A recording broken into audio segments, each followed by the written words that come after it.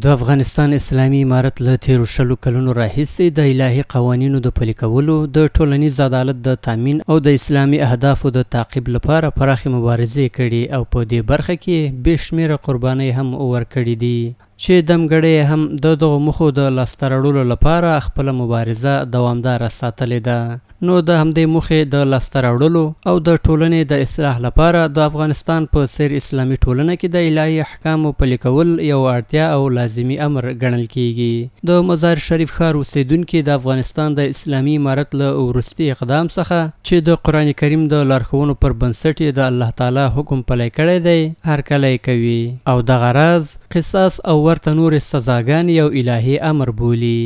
شکر الحمدلله په راتګ د امارات اسلامي باندې افتخار کوو او خدای پاک د امارات اسلامي دایمه په افغانستان کې حاکم ولري او کوم څوک چې جرم کوي، ګناه کوي، خطا کوي،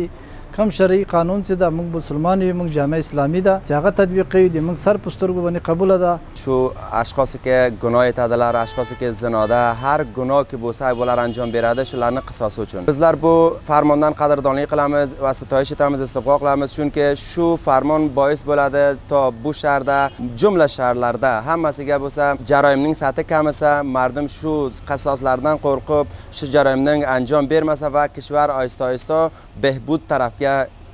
ketsa. امارت اسلامی نه موږ ډېر خوشحاله یو ځکه چې هغو کسان چې جرم کوي یا په اصطلاح ګناه کوي هغه کسان په خپل اعمال باندې ورسوي، ځکه دا یو نښه ده او امارت اسلامي دی تل خدای پایداره او حاکم لري. نو موږ له دې نه ډېر خوښ یو په دې خاطر باندې چې دا عبرت د هغو کسانو ته کېږي چې هغه نور کوم کسان چې په حساب د دې کوي چې ګناه وکړي یا خطا وکړي یا سزا ولري هغه خپله سزا او خپل اعمال باندې ورسوي.